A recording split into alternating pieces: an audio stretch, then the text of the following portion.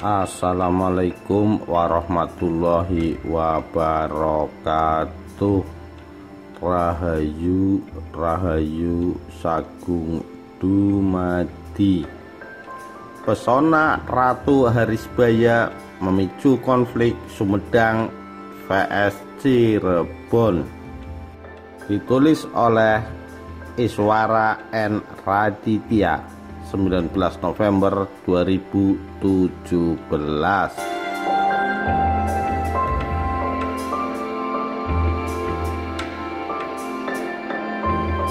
Ratu Harisbaya adalah istri muda penguasa Cirebon yang kabur dengan Raja Sumedang hingga memicu peperangan antara dua kerajaan Sunda itu.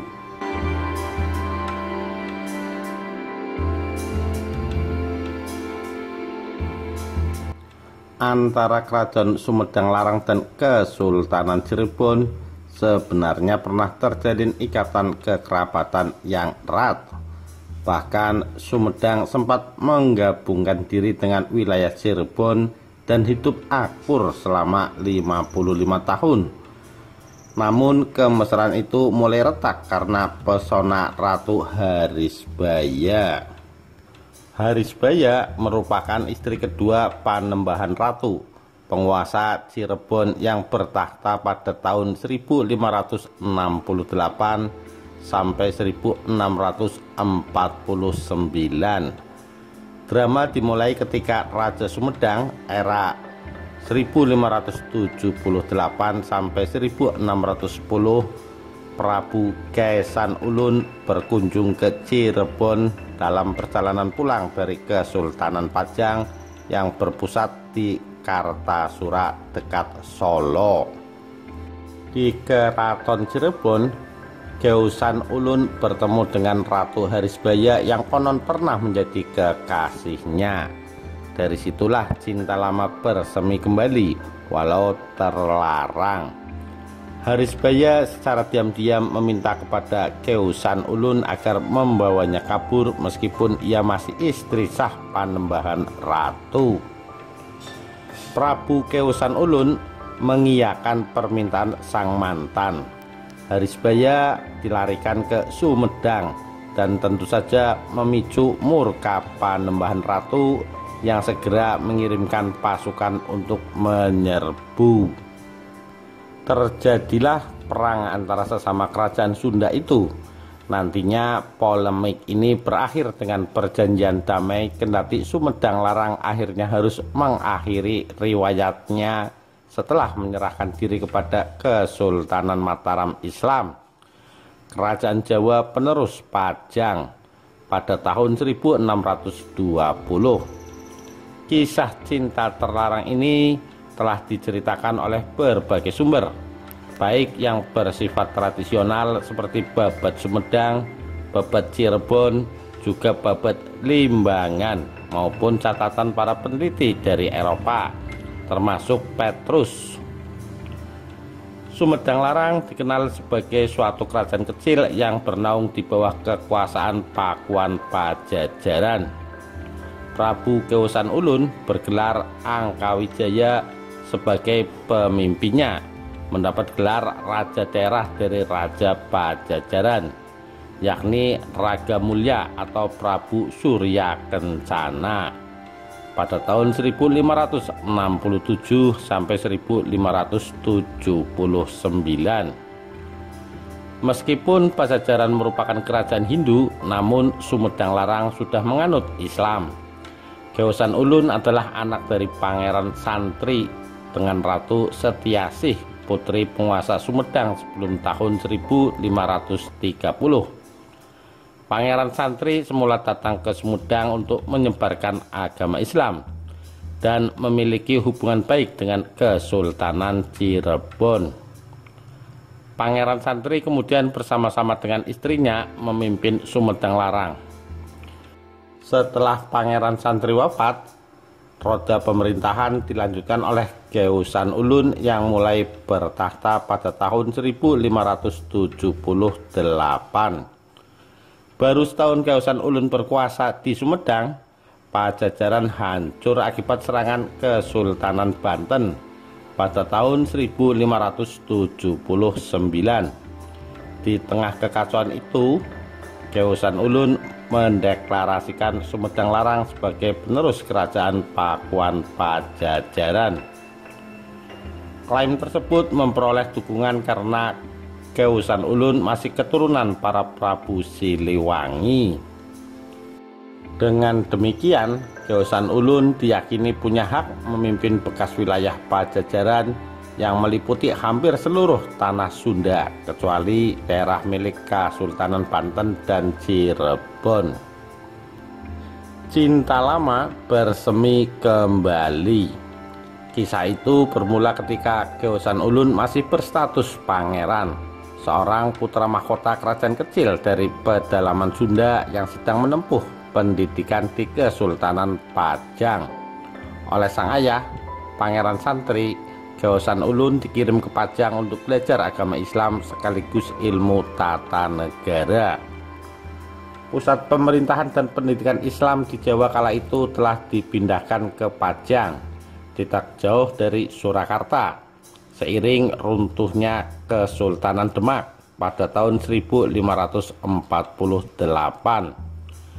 Demak dan Pajang adalah penerus Majapahit dari Wangsa Mataram. Hubungan antara Pajang, Cirebon, Sumedang, dan Banten cukup harmonis pada masa-masa ini. Dalam buku sejarah Jawa Barat disebutkan semasa menetap di Pajang itulah Geusan Ulun bertemu dengan Harisbaya, putri cantik berdarah ningrat Mataram yang berasal dari Madura. Mereka akhirnya menjalin hubungan asmara. Setelah 5 tahun tinggal di Pajang, Geusan Ulun harus segera pulang ke Sumedang Larang untuk melanjutkan pemerintahan ayahnya. Jalinan cinta Geusan Ulun dan Harisbaya pun usai tanpa kejelasan. Lagi pula Harisbaya akan dinikahkan dengan Panembahan Ratu, penguasa Kesultanan Cirebon yang juga menantu Raja Pajang, Sultan Hadiwijaya. Dengan kata lain, Harisbaya menjadi istri kedua sang Panembahan. Beberapa warsa berselang atau 7 tahun sejak Geusan Ulun dinobatkan sebagai pemimpin Sumedang Larang, ia berjumpa kembali dengan Harisbaya yang saat itu sudah berstatus sebagai istri Panembahan Ratu. Cinta lama pun bersemi kembali. Harisbaya meminta Geusan Ulun untuk membawanya kabur, dan itulah yang kemudian terjadi hingga memicu perang antara Cirebon dengan Sumedang. Asmara terlarang memicu perang. Selain versi di atas, ada pula versi lain yang menceritakan kisah berbeda ihwal hubungan Geusan Ulun dengan Harisbaya. Diceritakan, Harisbaya langsung jatuh hati melihat ketampanan Geusan Ulun, raja muda dari Sumedang itu, lantaran tidak mencintai Panembahan Ratu yang usianya jauh lebih tua darinya. Harisbaya menemui Geusan Ulun agar bersedia mengajaknya keluar dari Cirebon. Gayung bersambut, Geusan Ulun secara diam-diam melarikan Harisbaya ke Sumedang. Saat itu Ratu Harisbaya sedang mengandung. Setelah lahir, bayi tersebut diberi nama Raden Surya Adiwangsa, yang oleh Geusan Ulun dianggap seperti anak sendiri, bahkan nantinya melanjutkan pemerintahan kerajaan Sumedang Larang. Terlepas dari dua versi yang berbeda terkait pertemuan Geusan Ulun dan Harisbaya itu, peristiwa pelarian tersebut tentu saja memantik murka Panembahan Ratu yang segera mengerahkan pasukan untuk menyerbu Sumedang. Cerita perselisihan antara Cirebon dan Sumedang ini pernah dituliskan oleh beberapa peneliti barat, termasuk Van Deventer. Perang pun terjadi. Panembahan Ratu mengerahkan lebih dari 2.000 prajurit untuk menyerang Sumedang. Di sisi lain, pasukan Sumedang dengan gagah berani menghadapi serbuan tersebut di bawah komando Jaya Perkasa, mantan Panglima Kerajaan Pajajaran, yang menyatakan ikrar setia kepada Prabu Geosan Ulun. Pertempuran berlangsung selama 4 hari 4 malam, yang kemudian menewaskan Panglima Jaya Perkasa. Hingga akhirnya disepakati perjanjian damai untuk menghindari korban yang lebih besar dari kedua belah pihak. Tamatnya Sumedang Larang. Sebagai penyelesaian konflik, Panembahan Ratu meminta Geosan Ulun menyerahkan wilayah perbatasan antara Sumedang dan Cirebon, kini Majalengka. Penyerahan ini juga dimaksudkan sebagai pengganti talak Panembahan Ratu kepada Harisbaya. Setelah Geosan Ulun wafat pada tahun 1610, tahta dilanjutkan oleh Raden Suryadiwangsa, anak Harisbaya dengan Panembahan Ratu. Sebagaimana wasiat almarhum sebelumnya, sebagian wilayah Sumedang Larang telah diserahkan kepada putra Geosan Ulun dari istri lainnya, Raden Ranggagede, agar tidak menimbulkan polemik di kemudian hari. Pada era Raden Suryadiwangsa inilah Sumedang Larang meleburkan diri dengan Kesultanan Mataram Islam yang dipimpin Sultan Agung Hanyakrakusuma pada tahun 1613 sampai 1645 sebagai penerus Kesultanan Pajang yang runtuh pada tahun 1587. Raden Suryadiwangsa melakukannya agar mendapatkan bantuan Mataram untuk menghadapi Banten. Bagi Sultan Agung ini keuntungan besar. Berserah dirinya Raden Suryadiwangsa berarti seluruh wilayah Priangan ditambah Karawang dikuasai Mataram.